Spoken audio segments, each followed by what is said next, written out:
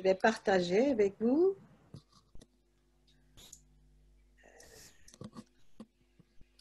Voilà. Bon, alors j'espère que ça marche bien. OK, alors parmi mes voyages en France, j'ai visité de nombreux sites du patrimoine mondial que nous aborderons aujourd'hui. Cependant, je sais qu'il y a beaucoup plus que je peux et je vais explorer.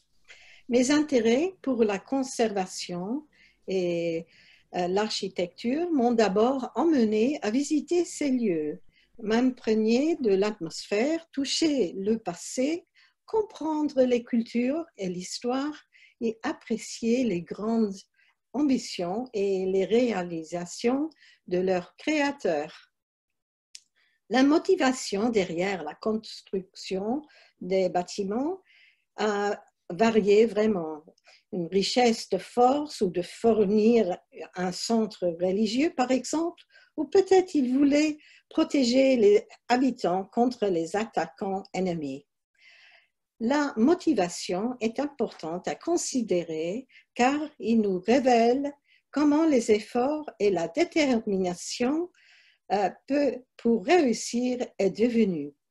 Aujourd'hui, nous allons explorer certains de ces sites du patrimoine mondial pour vous offrir un avant-goût et une vue riche de l'histoire, la culture et l'architecture. Et nous concentrons sur la vallée de la Loire, car celle-ci offre une variété et une veine d'histoire, aussi d'amour et d'intrigue. Alors, attendez avec moi.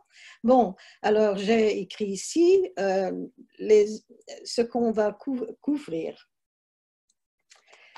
Premièrement, il faut peut-être commencer et demander, mais qu'est-ce que ça veut dire l'UNESCO? Et pour bien comprendre, eh bien, l'UNESCO, comme j'ai écrit ici, c'est l'Organisation des Nations Unies pour l'éducation, la science et la culture. Elle a été fondée en 1945 avec la mission de paix. Le site du patrimoine mondial a été créé plus tard, en 1972, comme un sujet de protection du patrimoine culturel et naturel mondial. Mais vous dites, mais qu'est-ce que c'est un site patrimoine mondial? Eh bien, ces sites sont désignés comme ayant une valeur universelle exceptionnelle. Et il faut dire, je prends un moment pour dire, à York, en ce moment, ils essayent encore d'avoir, pour être inscrits, parce que la dernière fois, ils n'ont pas réussi. Eh bien, pour obtenir du statut de patrimoine mondial, implique un long procès de documentation et d'apport. Mais il faut dire, ça donne garantie de qualité pour les visiteurs.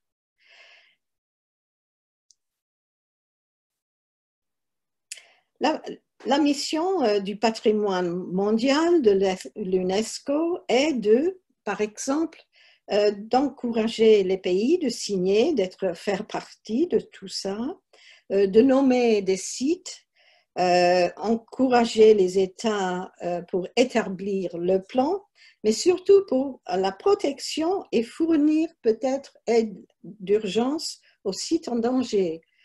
Et aussi d'encourager la coopération dans le patrimoine culturel et naturel. Et vous voyez ici qu'en tout, il y a 1173 sites et il y en a 43 en France. Nous n'allons pas regarder tout ça en France, mais nous allons visiter la Loire bientôt pour regarder quelques-unes. Mais parce qu'au Royaume-Uni, nous avons des sites, bien sûr, aussi, et ils sont inscrits souvent sur l'architecture spéciaux des archéologiques, culturels Et on a des sites, par exemple, bien sûr, Stonehenge, Édimbourg, et sans doute vous savez encore plus. Mais en France, il y a des riches uniques, des sites vraiment uniques, avec des trésors et des endroits fascinants à visiter. Le premier a été ajouté à la liste en 1979. Avant notre visite dans la Loire, considérons ce que nous comprenons que l'UNESCO signifie et couvre. Et bien sûr, vous voyez à gauche là que oui, il y a des villes historiques, palais, châteaux, bâtiments religieux, forts, canaux, aussi paysages.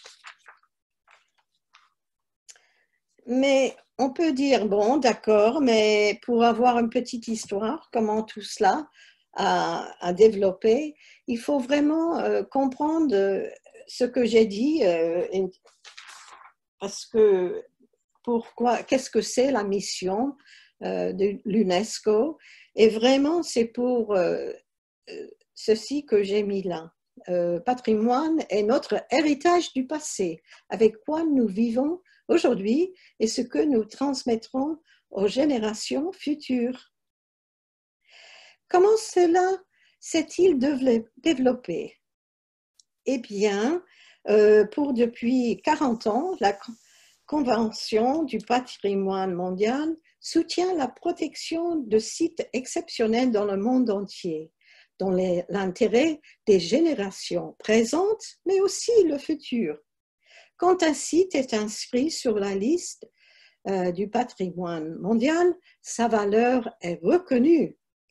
Alors, tout cela maintenant concerne à la fois le patrimoine culturel et naturel.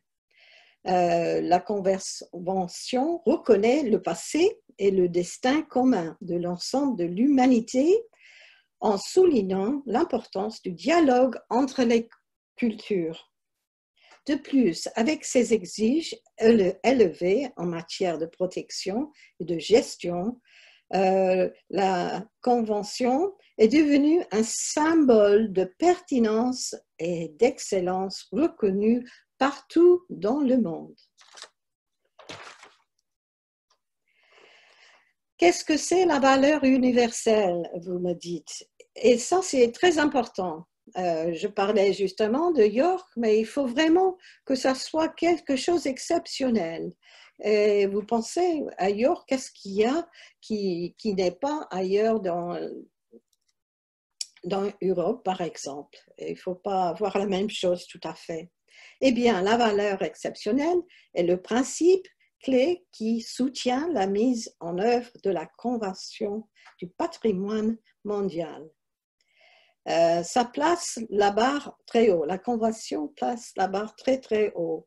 Elle déluge cette responsabilité pour choisir ou définir qui doit faire partie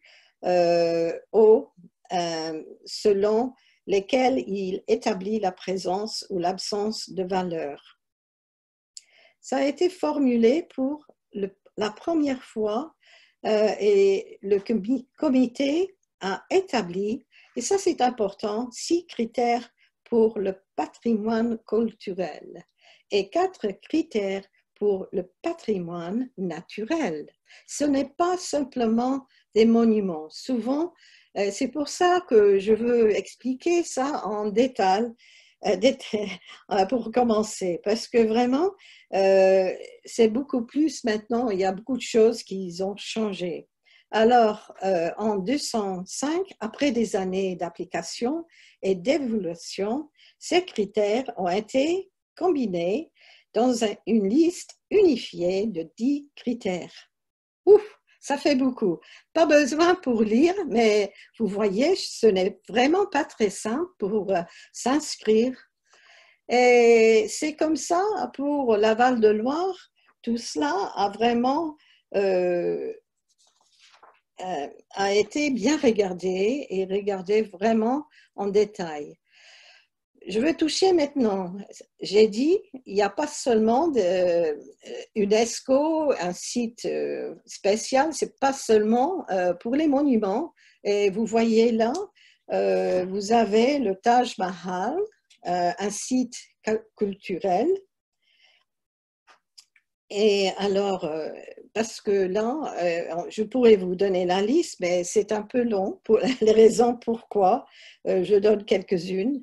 C'est remarquable, le Taj Mahal est remarquable, considéré remarquable d'un type de bâtiment, d'ensemble architectural ou technologique ou paysage qui illustre une étape importante de l'histoire humaine. Et encore beaucoup sur les traditions vivantes, des idées ou des croyances.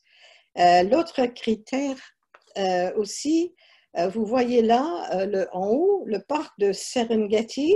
Alors là, c'est un site du patrimoine naturel. Et aussi, Machu Picchu, en bas, c'est considéré par UNESCO d'être contient des phénomènes naturels superlatifs, où il y a des zones d'une beauté naturelle. C'est un exemple remarquable qui représente les grandes étapes de l'histoire de la Terre. Bon, alors, mais quels sont les bénéfices? Vous me dites, pourquoi faire partie de tout cela? Eh bien oui, il y a beaucoup de raisons.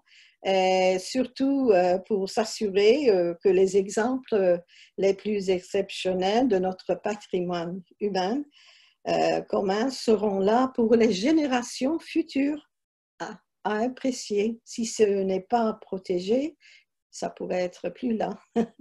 Millions de visiteurs qui peuvent aussi visiter des lieux et monuments exceptionnels. Ça aide sûrement pour attirer les touristes.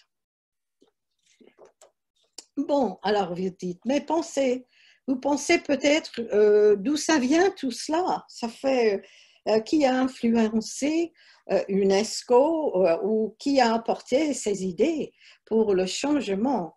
Eh bien, vous voyez là, en haut à droite, vous voyez Victor Hugo de la France. Vraiment, nous devons revenir sur les premiers débats sur la conservation des vertus de restauration qui ont eu lieu en Europe.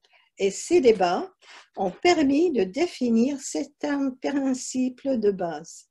Pensez alors aux voix de, et j'ai dit Victor Hugo, et en bas il y a Alois Riegel de Ostroh, en gros Ostroh. Aussi à gauche là, il y a John Ruskin de l'Angleterre et en haut William Morris de l'Angleterre, États-Unis. William Morris est devenu secrétaire de la Société de la protection des bâtiments anciens. Puis il a établi les principes de conservation des bâtiments anciens qui ont continué à influencer les attitudes au Royaume-Uni et dans les autres pays. Morris a dit protection dans le lieu de restauration, résister à toute falsification avec le tissu ou l'ornement du bâtiment. Et comme vous pensez, il y a beaucoup de débats comment faire marcher, conserver les bâtiments ou l'ornement d'un bâtiment. No, ça, patché. Alors, si nous continuons,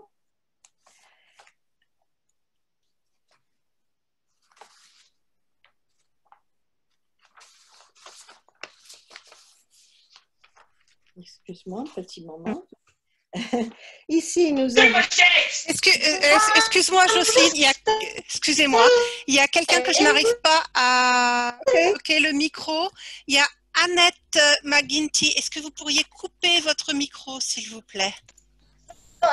En bas, à gauche de votre écran, faire mute sur le micro. Merci.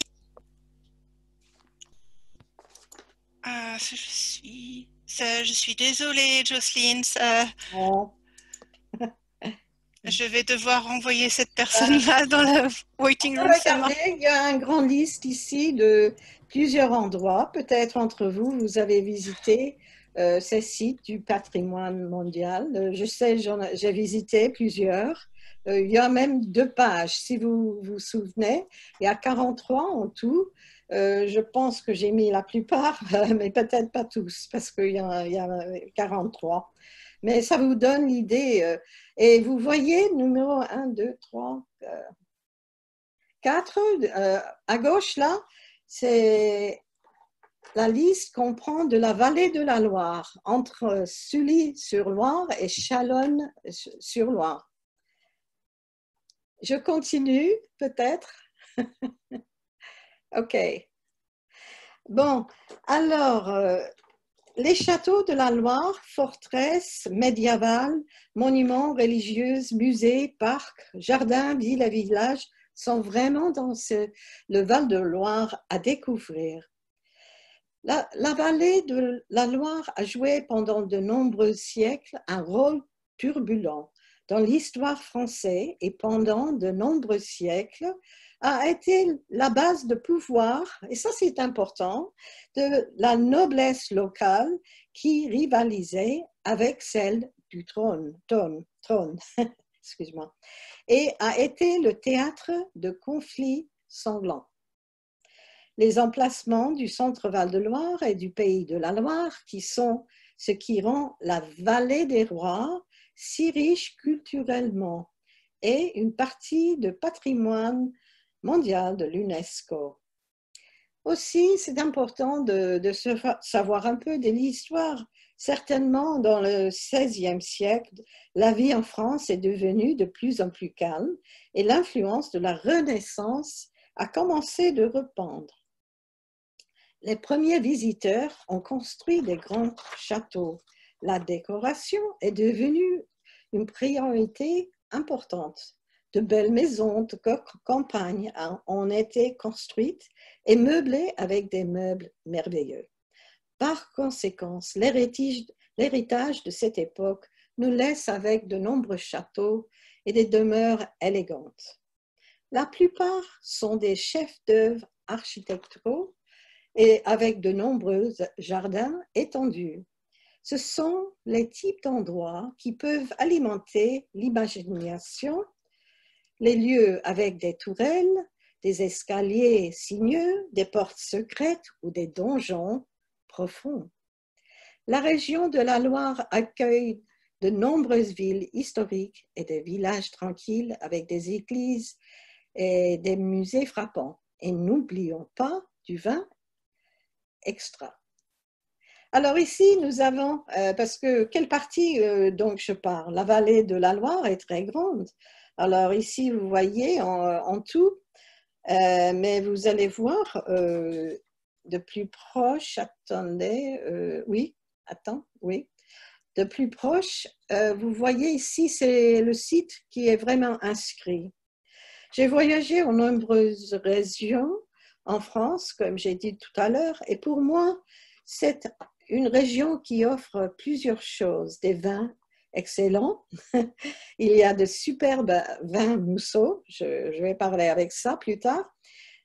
L'histoire, la culture et le patrimoine, d'élégants châteaux et des grandes maisons, et souvent du beau temps et une bonne proximité du Royaume-Uni. Je partage le même plaisir que des milliers de touristes anglais et étrangers qui visitent la vallée de la Loire chaque année et trouvent tant de choses à découvrir et à admirer. Avoir un intérêt dans le patrimoine signifie que j'ai trouvé souvent et cherché une architecture exceptionnelle. Et j'ai visité de nombreux sites, des châteaux qui suivent maintenant de l'UNESCO. Le dernier voyage, donc j'ai pris il n'y a pas que le dernier Pâques, a été à Chinon, où j'ai séjourné dans une rue et une maison médiévale. La vallée de la Loire est une région vraiment exceptionnelle et j'espère que vous partagez aujourd'hui mon enthousiasme pour ce que le Val-de-Loire a à offrir. Bon, alors quelques statistiques. Le Val-de-Loire s'étend 280 km, situé au milieu de la Loire, dans le centre de la France, dans 2 régions administratives. Il ne faut pas oublier que ce n'est pas seulement les monuments qui font partie de ce site qui est instruit. C'est vraiment aussi une région surtout connue pour vignobles. Cette région s'appelle, après tout, le Jardin de France, en raison de l'abondance de vignobles, de vergers de fruits, comme les cerises, d'artichauts, et de champs d'asperges, je n'ai pas mangé encore, il faut dire, qui bordent les rives de la rivière. C'est aussi remarquable, ces villes historiques, son architecture, ses vins, et la vallée est habitée depuis la période paléolithique. En 2000, l'UNESCO a ajouté la partie centrale de la vallée de la Loire à sa liste. Alors, excuse, c'est un peu louche, mais enfin, ça donne un peu l'idée combien il y a plusieurs 300 châteaux et pour voir où ils se trouvent. C'est un paysage culturel exceptionnel, d'une grande beauté. Bon, alors passons maintenant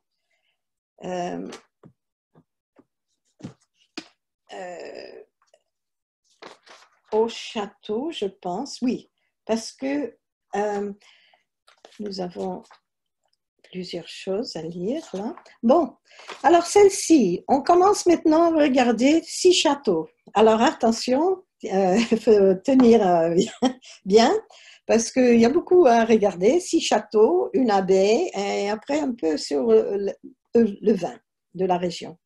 OK. C'est ce château. Qu'est-ce que j'adore ce château? C'est vraiment frappant quand on arrive à un très long chemin qui vraiment frappe et est très fort comme plan.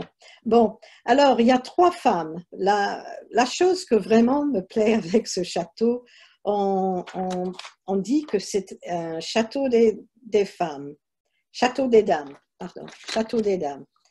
Et ces femmes sont au commencement Catherine Briconnet.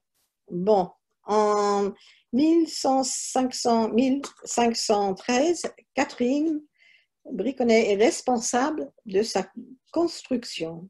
Elle était mariée à Thomas Bouet, le principal agent fiscal et financier de Normandie, et venait d'un milieu famille de la finance. Il faut dire aussi qu'il y avait plusieurs financiers qui ont fait des châteaux pour être autour du roi. Eh bien, celui-là, oui, il avait la famille de la finance. Catherine a guéré le développement du bâtiment avec Thomas Bouet. Parce qu'elle avait dit, si j'arrive à construire Chenonceau, on se souviendra de moi. Elle est mourue en 1526 et a laissé le château à son fils, Antoine Boyer. Mais le roi a mis une demande et il a repris le château et il est ensuite tombé dans les mains de François Ier et devenu domaine de la couronne. Alors, une résidence royale. Mais, alors, après, on a Diane de Poitiers.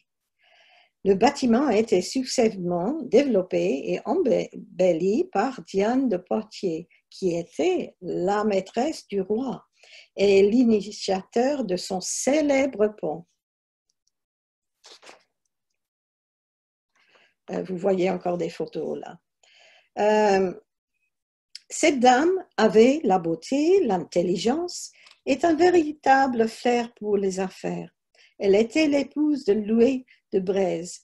Elle était duchesse de Valentinois et dame en attente de la reine. Elle attirait, il faut dire, les attentions du dauphin, le futur roi Henri II. Et il faut dire, en 1547, Henri II lui donna Chenonceau en cadeau. Et pourquoi? C'était en reconnaissance de grands services par son mari. Elle a entrepris de guérir et de planifier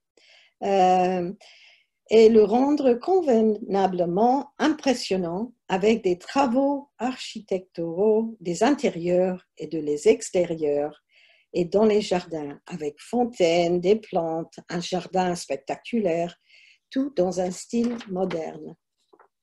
Mais ce n'est pas la fin de l'histoire, hein, parce que nous avons aussi Catherine de Médicis.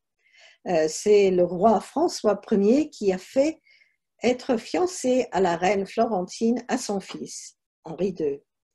En l'épousant, elle honora Chenonceau et la cour de France de splendeur italienne.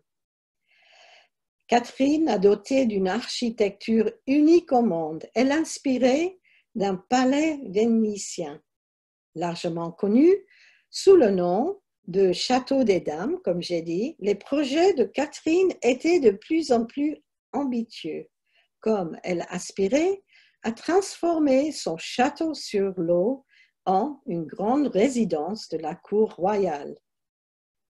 Elle était florentine, comme j'ai dit, ambitieuse. Elle prend Chenonceau et la de Diane et l'a développée plus loin. Diane, il faut dire, elle l'a donné Chambord. Allez, prenez Chambord. Mais paraît-il, elle n'a jamais vécu là-bas. Le château a été acquis. Diane de Poitiers est tombée en disgrâce. Cette demeure est restée sa résidence préférée de Catherine, où elle séjournait fréquemment. Elle a augmenté la capacité de l'élevage des vers à soie. C'est Diane qui avait commencé ça, avoir un fermier de vers à soie. Elle avait fait beaucoup d'extensions au jardin et des orangers et tilleuls importés.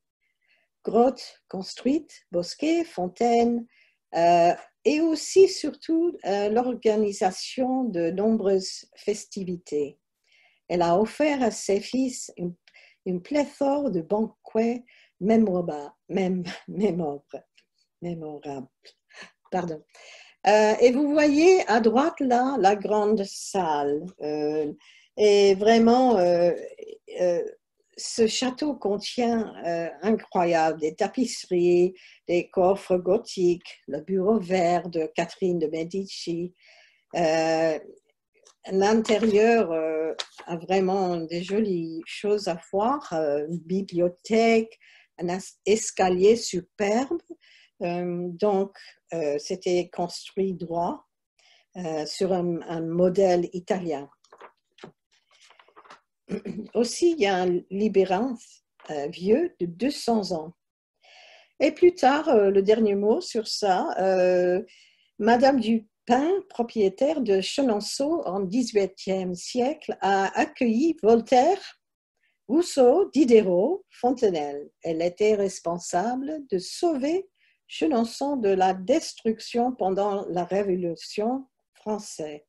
Heureusement, hein? La Révolution française. Alors, nous passons maintenant aussi un de mes préférés des châteaux. Si on se trouve à Château du Clos Lucé, bon, situé 500 mètres du château royal d'Amboise. C'était la résidence finale de Léonard de Vinci. Et en 2019, c'était l'anniversaire de sa mort. 500 années. Ce château offre une visite essentielle pour ceux qui aiment l'art et qui souhaitent toucher le travail du maître italien et la fin de ses dernières années, et pour découvrir le cœur de son univers.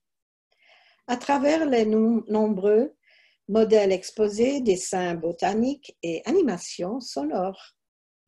Ce château aux briques rouges et ses pierres tuffas a dénoué sous la reine de Louis XI. En 1190, la succession a été acquise par Charles. Le monarque a transformé la forteresse médiévale en un château de loisirs pour les rois de France à visiter. Il avait un oratoire construit pour sa femme, Anne de Bretagne. Léonard de Vinci s'installe à Amboise en 1516, après l'invitation de François Ier. Il quitta l'Italie et s'installa au château. Il avait 64 ans. Il a apporté avec lui, et ça c'est assez important, dans ses bagages, 3 de ses chefs d'œuvre, y compris la Joconde, ainsi que ses cahiers et manuscrits. Le roi, passionné par son talent, le désigna premier peintre, ingénieur et architecte. Léonard y résida au cours de ces 3 dernières années de sa vie, travaillant sur de nombreux projets pour le roi de France, ainsi que des chefs d'œuvre tels que, très probablement, la Joconde. Le 2 mai 1519, le maître italien mourut dans sa chambre désignée. Vous voyez là, à droite en haut. À la fin du XVIIe siècle, le château de Cloux est rebaptisé Château de Clos-Lucé. Il passa ensuite entre les mains d'abord de la famille Amboise, qui la sauva de la destruction pendant la Révolution française. Et que voir? Eh bien, j'ai mis des photos ici, l'atelier de l'artiste, j'ai mis la chambre, mais aussi l'atelier de l'artiste, on peut voir la bibliothèque, les fresques de la chapelle, mais surtout, j'adorais une collection de modèles, 40 machines réinventées, conçues par lui, ont été faites par IBM. Le premier avion, voiture, hélicoptère, pont tournant, il y a beaucoup de dessins qu'il a fait, qui est montré là-dedans. Mais le parc est vraiment merveilleux et avec beaucoup d'inventions géantes réalisées et aussi des grandes photos, 40 de 4 mètres de haut. Nous passons maintenant, peut-être quelques-unes de vous ont visité aussi ce château. C'est le dernier des grands châteaux de la Loire, construit pendant la Renaissance. Et cette magnifique structure a évolué au fil des siècles et se déroule dans une verdure spectaculaire. Pour moi, c'est un des plus beaux châteaux à visiter. Villandry est remarquable pour l'harmonie de son architecture et ses jardins. Un peu sur l'histoire, parce que c'est assez intéressant. Il faut dire, il y a eu plusieurs personnes ici, comme ça a été construit par Jean le Breton, ministre des Finances du François Ier, et sur la base de l'expérience qu'il avait acquis à Chambourg, qu'il avait fait monter, le monarque a décidé d'avoir érigé un somptueux monument caractérisé par une élégance digne. Quant aux Bretons, ils décident de conserver le grand maintien qui surplombe encore fièrement les 3 bâtiments principaux. avec leur style français Renaissance. En 1744, le marquis de Castellan, l'ambassadeur du roi d'une famille riche, construit les dépendances et redessiné le château au goût du XVIIIe siècle. Après, en XIXe siècle, le jardin traditionnel a été remplacé par un parc de style anglais. Aussi, plus tard, en 1906, Carvalho, un Espagnol, c'est incroyable, a abandonné sa carrière scientifique pour restaurer le château et les jardins de la Renaissance. Alors, vous voyez, les châteaux ont une vie qui change, qui reprend ce qu'il y avait. Oui, c'est comme les maisons, hein, il faut dire, il faut toujours rénover. Il y a un changement de mode aussi. Et l'intérieur du château a été entièrement rénové au 8e siècle. Surtout, ne manquez pas, il y a une collection de peintures du XVIIe siècle, XVIIIe siècle. Le donjon aussi donne une vue superbe sur le jardin et sur la vallée. Les jardins, qu'est-ce que je peux dire des jardins? Moi, je n'aime pas tellement j'aime pas tellement jardinier, mais ce jardin est vraiment un monument historique précieux et un site unique. À la droite, là en haut, je pense, oui, il y a le potager décoratif. Alors, c'est un régal l'œil avec des légumes, rosiers, tonnelles et tout cela aussi qui l'entoure. Je crois, oui, il y a des légumes là, tout à fait. Aussi, il y a plusieurs endroits dans le jardin d'eau, le jardin de soleil, le jardin des simples avec des odeurs de menthe fraîche et des plantes oubliées, le labyrinthe en gazon, les serres. Vraiment, les jardins présentent différents espaces et comprennent de tout cela, toutes sortes. De haut de la terrasse de la tour, les visiteurs peuvent profiter d'une superbe vue panoramique et apprécier les couleurs vives du jardin. Bon, maintenant nous passons... excuse-moi. Oui. Après avoir pris possession, le docteur Carvalho, donc j'ai parlé, et son épouse Anne Coleman, de redonner au château au moins un semblant d'aspect original. Heureusement, nous avons des gens comme ça. Et ils ont ils cèdent à la place un somptueux jardin de la Renaissance. Alors, vraiment, ils ont fait beaucoup de grandes conservations et ils ont rechangé tout cela. Maintenant, nous passons au château de Azay, le Rideau. Et il semble vraiment que ça flotte sur l'eau en approchant de ce château. C'est un monument unique du XVIe siècle situé au cœur de la vallée de la Loire. Ce chef d'œuvre de la Renaissance française a été commandé par Gilles Berthelot,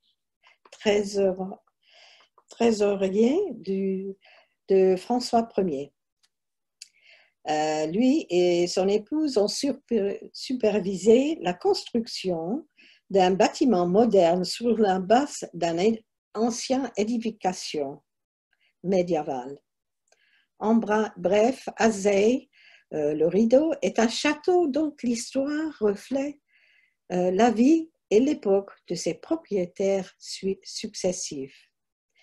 Ce bâtiment représente une alliance subtile de tradition et de décor français qui rappelle l'Antiquité italienne. À voir, qu'est-ce qu'il y a à voir? Eh bien, pour moi, j'ai pris plusieurs photos. Je sais, un escalier élégant, encastré dans le château, mais ouvert à l'extérieur. C'est un des plus beaux escaliers de France.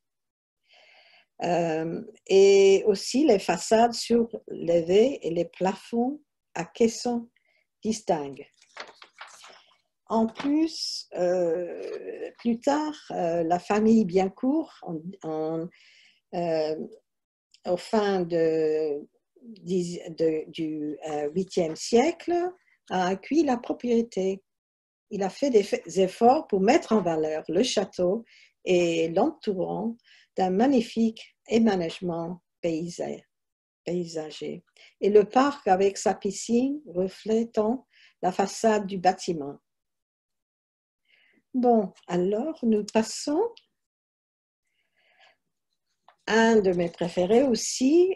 Donc j'ai parlé au commencement, j'ai passé une semaine ici l'année dernière. Ce château est situé dans un cadre magnifique sur un promontoire rocheux. Il domine la ville médiévale de Chinon et la rivière Vienne, avec les paysages de vignobles dans la vallée ci-dessus et offre une vue magnifique.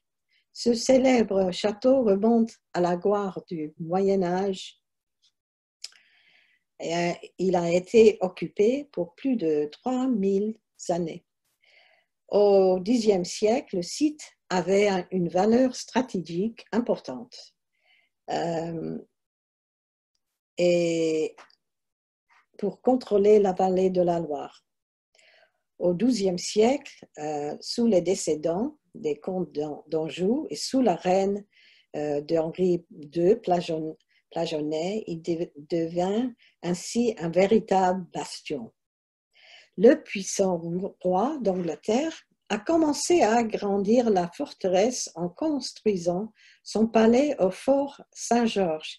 Il a placé une partie de son trésor royal à l'intérieur. Et c'est aussi là qu'il y a eu sa femme Éléonore d'Aquitaine, temporairement séquestrée.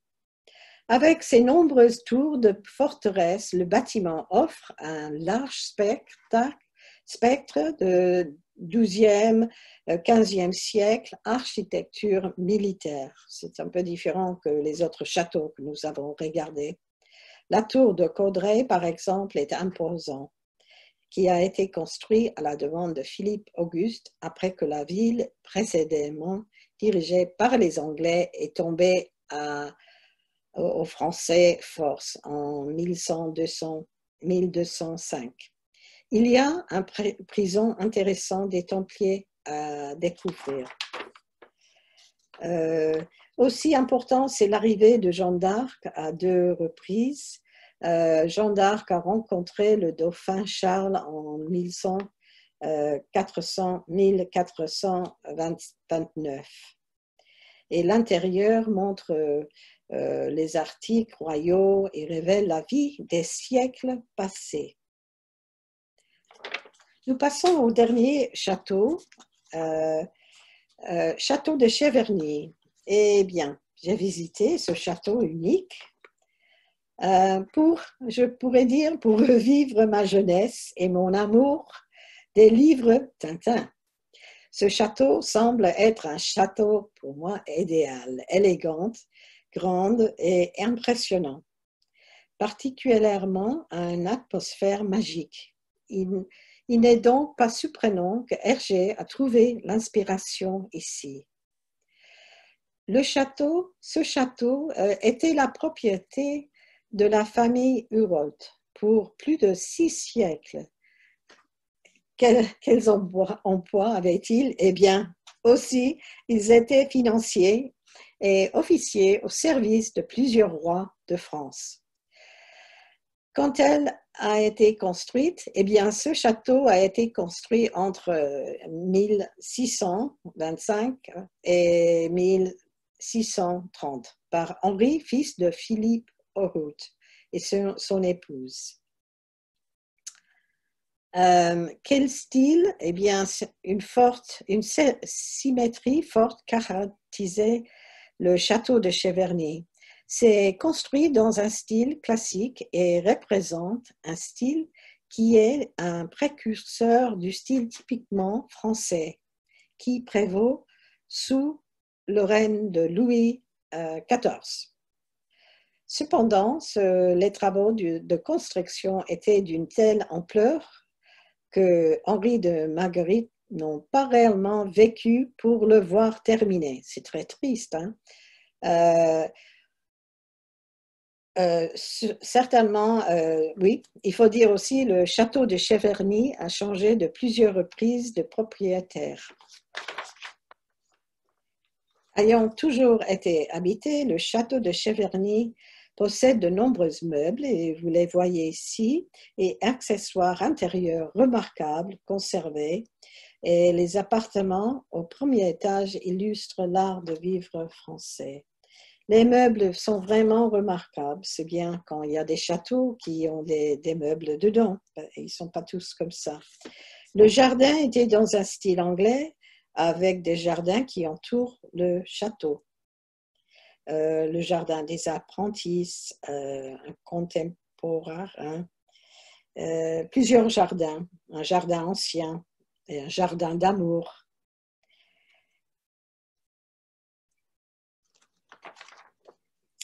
Mais pour moi, le château à Cheverny a servi de modèle pour le château de Moulinsart, inventé par le célèbre caractériste belge Hergé. Ils ont mis en commun leur savoir-faire pour évoquer et installer une exposition thématique permanente. Formidable, il faut visiter. Bon, alors on quitte les châteaux, on a presque fini. On va regarder l'abbaye de Fontevraud et après les vins un peu. Mais nous finissons bientôt en 5 minutes. Bon, alors ici, j'ai voulu que vous regardiez l'abbaye royale de Fontevraud. Vraiment, c'est un bâtiment spécial et vraiment vaut le détour. Une visite ici touche l'architecture, l'histoire des beaux jardins et la culture. L'abbaye royale de Fontevraud tient beaucoup d'importance car c'est le plus grand cité monasque français hérité du Moyen Âge. L'abbaye a été fondée en 1101, il faut dire, et se trouve sur le sud-est de Saumur, au bord des provinces d'Anjou, du Poitiers et de Touraine. C'était inscrit dès 1842 au titre des monuments historiques. L'abbaye royale est l'un des premiers édifices français à avoir bénéficié de ce classement. Il a été inscrit au titre des monuments historiques. Mais depuis 2000, elle est également inscrite au patrimoine mondial de l'UNESCO avec, et vous savez que ça a été inscrit le Val-de-Loire depuis 2000. Manière de poursuivre l'ambition de cité idéale voulue par son fondateur. L'abbaye était, il faut dire, alors là encore nous avons des femmes, hein. L'abbaye était une cité monasque dirigée par des femmes. En tout, il y avait 36 abbesses, souvent avec son royal, qui se succèdent pendant 11 000 et 11 015 et 1782. L'histoire. L'abbaye a été fondée par Robert d'Abricel, un défenseur des pauvres, un réformateur exigeant. Éléonore d'Aquitaine, une grande partie de son pouvoir a été dérivée de son association avec les Plantagenets, particulièrement avec Éléonore d'Aquitaine. En effet, la reine d'abord de l'Angleterre et la France étaient viscéralement attachées à la ville. Après la mort de son mari, Henri II, elle fit de l'abbaye le lieu de résidence où elle dirigeait les affaires du royaume. Royaume. Aujourd'hui, elle est enterrée au cours de l'abbaye, à côté de son mari et de leur fils Richard, le cœur de lion. Les rois, tout le long de l'histoire, Fontevraud a été très favorisé par les rois. Et au cours de 7 siècles, de nombreux nobles avec sang royal sont restés jusqu'à la Révolution française, qui a entraîné le départ de tous les moines et les religieuses. Mais finalement, après la Révolution en 1804, Napoléon Ier commença à transformer Fontevraud en prison. C'était un des plus durs en France. Et ça aussi, c'est intéressant à visiter parce que ça a duré très, très longtemps, cette prison. Ce n'est que, oui, jusqu'à 1985 que les derniers prisonniers ont quitté le site. Oui. Des villes, nous avons quelques photos maintenant. Regardez, nous sommes presque à la fin. Je ne peux pas couvrir tout cela, mais c'est beaucoup. Il y a tellement à voir dans la région, mais c'est seulement pour dire que le Loire se compose d'une grande zone et de plusieurs jolies villes et maisons. Alors, Saumur, par exemple, c'est une ville élégante en position de choix sur les rives de la Loire et surtout pour son école nationale d'équitation avec un majestueux château du XVIIIe siècle et aussi avec un grand donjon. Chinon aussi, alors nous avons donc parlé, et Tours aussi avec une cathédrale qui est vraiment une merveille. Mais nous passons, je pense, pour aujourd'hui, vitement, parce que je ne pourrais pas discuter aujourd'hui cette région sans parler des vins. Peut-être vous pouvez penser en ce moment, avant de regarder la prochaine écran, quels sont les vins de la Loire? Peut-être vous savez, je ne sais pas.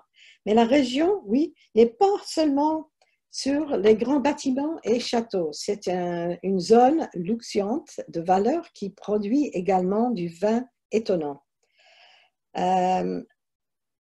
Aucune visite ne serait complète sans déguster quelques-uns de ces délicieux vins disponibles dans les caves.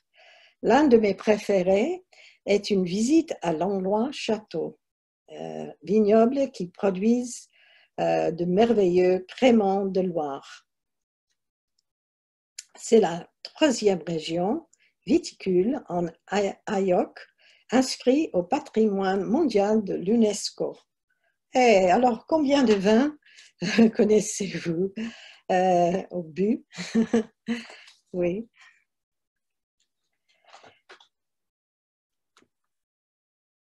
Lesquels avez-vous goûté? Ah, alors, oui, celle-ci surtout. Il faut dire favorisée par un climat tempéré et une variété de terroirs. La région offre une riche diversité de vins. Par exemple, 60% du vin produit est blanc.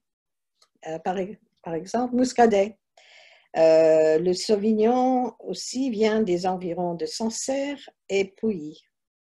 30% des vins produits sont rouges, comme Cabernet Franc, Sauvignon et le Gamay. 10% est utilisé pour les vins rosés. Certains châteaux, comme Cheverny, ont leur propre appellation. Eh bien, je pense que c'est le moment peut-être de vous laisser parce que nous avons couvert conservation, on a regardé des châteaux, On a vu un peu sur le vin et aussi les villes. Et j'espère que vous allez profiter dans le futur une visite au Val-de-Loire. Et il me reste que dire un grand merci à vous tous pour votre attention. Je vous laisse avec Duca Giucoletto, que j'ai rencontré une fois à Rome. Et c'est un homme qui a beaucoup écrit, il a eu plusieurs livres sur le sujet de conservation. Et vous regardez ici quelques de ses mots sur le sujet. J'ai aussi, si vous voulez regarder plus tard, il y a beaucoup à lire sur le sujet. UNESCO, vous pouvez regarder, et surtout Duca Giucoletto pour quelque chose pour lire le soir. Bon, je vous laisse maintenant. Merci bien. Excuse-moi si on a fait un peu plus longtemps que je pensais. Bon, au revoir.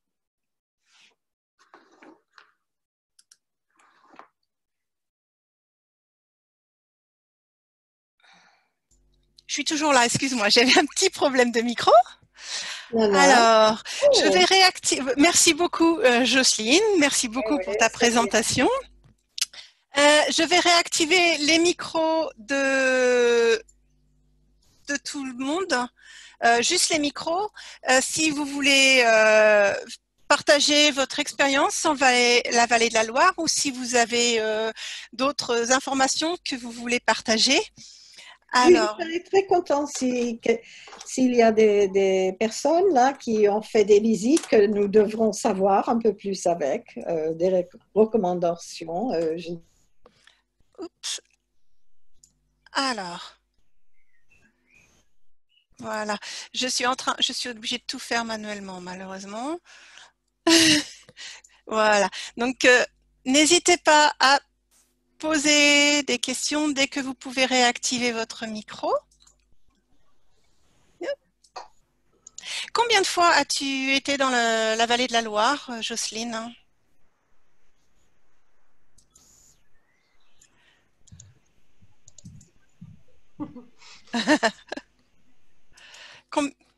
Ah, je n'ai pas ton micro. T'es coupé de nouveau. Ça me fait 3 fois. La dernière fois était, j'ai dit, il y a avril dernier, mais avant ça, la première fois, j'ai passé une nuit. J'ai dit, bon, il faut retourner voir, il y a beaucoup de choses à voir. Oui. Donc, tu es tombée amoureuse de la région? Oui, c'est-à-dire, j'ai de la famille française là-bas. Mon cousin, pardon, mon neveu, il est dans l'armée. C'est un capitaine. Oui.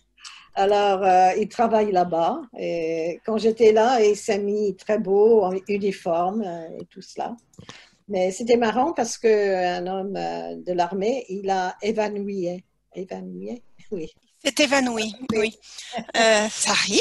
Enfin, ils sont comme nous. À voir et je ne connais pas tout, hein, il faut dire, parce qu'il y a tellement à voir. Il reste Chambord que je n'ai pas encore visité. Est-ce qu'il y a des châteaux que vous avez visités que je devrais voir?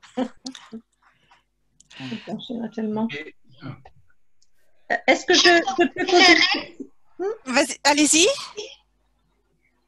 Est-ce que vous avez un château préféré? Pardon? Est-ce que vous avez un château préféré?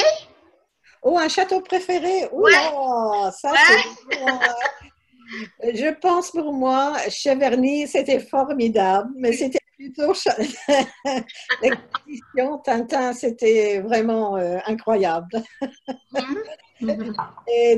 C'est bien d'avoir des châteaux où il y a... oui, alors oui, où il y a des fauteuils, il y a des choses à voir. Villandry, j'ai vu la dernière fois, dans ma dernière visite. Alors, j'ai trouvé Villandry. Alors là, de tous les châteaux, c'est un château que tout le monde devrait visiter. Pour ceux qui aiment les jardins, aussi, je ne sais pas, un aspect formidable, conservation, oui. Alors là, oui, Villandry pour moi, le premier peut-être. Hein. Merci. C'est rien. J'ai appris une chose sur l'abbaye de Fontevraud. Et pourtant, je l'ai visitée, mais c'est vrai qu'il y a bien longtemps, j'avais dû oublier Il faut cette information. aller parce qu'ils ont tout refait. Ils ont refait beaucoup. Ils ont mis beaucoup de l'argent, investment, là-dedans. Ouais. Incroyable. Ce que je veux dire, c'est que je ne savais pas que ça avait été une prison jusqu'à récemment. Oui. Et assez longtemps aussi. Hein. Ils l'ont fait travailler avec, je n'ai pas dit tout à l'heure. Quelle partie de l'abbaye? Le cloître? C'est à droite plutôt. Je ne sais pas, à l'entrée, et si on fait la visite, c'est à droite. Il y a une grande salle et tout cela. L'église, en fait. C'est la nef de l'église qu'ils ont transformée et ils avaient rajouté un plancher pour héberger les prisonniers. Oui. D'accord. Ils faisaient travailler très dur. Je regarde qu'est-ce qu'ils faisaient. La fabrication des boutons, gants, chaises, filets, couvertures pour l'armée. Alors là, et c'était très, très dur. Ouais. Mais ils ont refait beaucoup de choses. La conservation, là, c'est vraiment incroyable. Il y avait une réception qui n'existait pas la première fois que j'ai visité il y a, je ne sais pas, 5 ans. Ils ont vraiment, là, c'est à voir aussi. Il y a une atmosphère, je trouve, là-dedans, très impressionnant. Oui. Et Pierre, tu connais? Oui, mais écoute, tout d'abord, je laissais les autres intervenir, mais bon, puisque j'ai une petite possibilité, tout d'abord, je voulais te féliciter, Jocelyne, parce que tu as fait un travail remarquable. Non, si, c'est vrai. Écoute, franchement, déjà dans le choix. Parce que ça m'a donné beaucoup de joie de lire et de savoir encore plus que je savais. Je ne suis pas expert, hein, mais j'aime bien de lire quelque chose de nouveau, oui. Oui, mais comme tu l'as dit au départ, il y a quand même environ 300 châteaux dans cette région. Donc déjà, arriver à faire un choix, parce que tout est beau. C'est vrai qu'il y en a. Oui. Il y a des châteaux fantastiques. Hein. Il y en a peut-être que, enfin, j'ai eu l'occasion de le voir il y a pas très longtemps. C'est le château de Ussé. Ah oui. Oui, c'est vraiment à voir. On dit que c'est le château de la Belle au bois dormant, hein, le Sleeping Beauty en anglais, hein, et qui est vraiment remarquable. Enfin, tout est beau. Hein. Tu as évoqué tout à l'heure le château de Chambord, qui est magnifique aussi. Hein. Au niveau architectural, pour moi, c'est une merveille. Bon, l'inconvénient, c'est qu'il n'y a pas de meubles. Hein. Il n'est pas meublé du tout, ce château. Non. Mais il est magnifique. Au point de vue architecture, c'est quelque chose de remarquable. Mais donc, c'est intéressant quand il y a des meubles. Hein. Oui. Je ne vais pas monopoliser la parole, juste pour te remercier, te féliciter. Parce que c'est rien, ça m'a fait beaucoup de plaisir. Hein. C'est pas évident du tout, et avec toute l'argumentation qu'il y a autour, tu as essayé de faire un beau panorama de l'architecture, de l'histoire, évidemment, forcément, hein, et jusqu'au vin. Hein, si on avait fait l'alliance, j'aurais apporté pas le champagne, mais le vin crémant là, que je connais, parce que vraiment, il faut goûter. Hein. Ah non, mais c'est vrai que c'est une région très attachante. Et quand on y est allé une fois, on n'a qu'une envie, c'est y retourner. Ça, c'est vrai. Oui. Hein. Tu vas me dire, j'ai déjà dit ça une fois à propos de la région Nord-Pas-de-Calais. Forcément, bien oui. Hein. Mais c'est vrai que… Parce que la dernière fois, j'ai fait des visites et je ne pouvais pas vraiment facilement acheter du vin pour revenir avec, parce que j'étais dans une voiture louée et dans le train. Enfin, en tout cas, bravo. Et je suis certain que tout le monde a été vraiment passionné par ton récit. Voilà. Et tes belles photos. Oui. Jocelyne, j'ai 2 messages à te faire passer des personnes qui ont mis dans le chat. Il y a Nick qui te dit merci pour un discours très intéressant. Et tu as Valérie qui te dit bravo, c'était très intéressant. Voilà, faire passer les messages. C'est très gentil. Bon, en profitant du beau temps qui va venir bientôt aussi. Voilà. Hein. Quelqu'un d'autre veut partager leur expérience de la vallée de la Loire? Mais toi aussi. Ah, il y a quelqu'un? Pardon? Ah oui? Je veux dire simplement que quand j'ai visité le Loire dans les années 80, au début des années 80, Chenonceau était presque délabré. Vous avez dit qu'on a bien restauré tous les châteaux. C'est magnifique que ça s'est passé. Parce que je n'ai jamais pas revisité le Loire pendant 40 ans. Oui, il faut le faire. Il faut visiter maintenant. Oui, vraiment. Merci pour cette Si présentation. parce que Magnifique. dans ce temps-là, mais ouais, je voudrais bien retourner. Et oui, il y a tellement à voir. Ça vaut la peine. Et comme je dis souvent, le temps, il fait beau temps là-bas aussi, à partir du Loire, plus sud. Oui. Merci. Merci bien. Quelqu'un d'autre veut participer? Non. Merci beaucoup, Jocelyne. Vraiment beau travail. Et je vous propose d'arrêter la présentation maintenant, sauf si tu voulais rajouter quelque chose, Jocelyne. Non, merci tout le monde pour écouter. Et oui, ça m'a donné beaucoup de plaisir. À la prochaine fois. À la prochaine. Merci Bye bye. encore, Jocelyne. Okay, bye bye. Merci.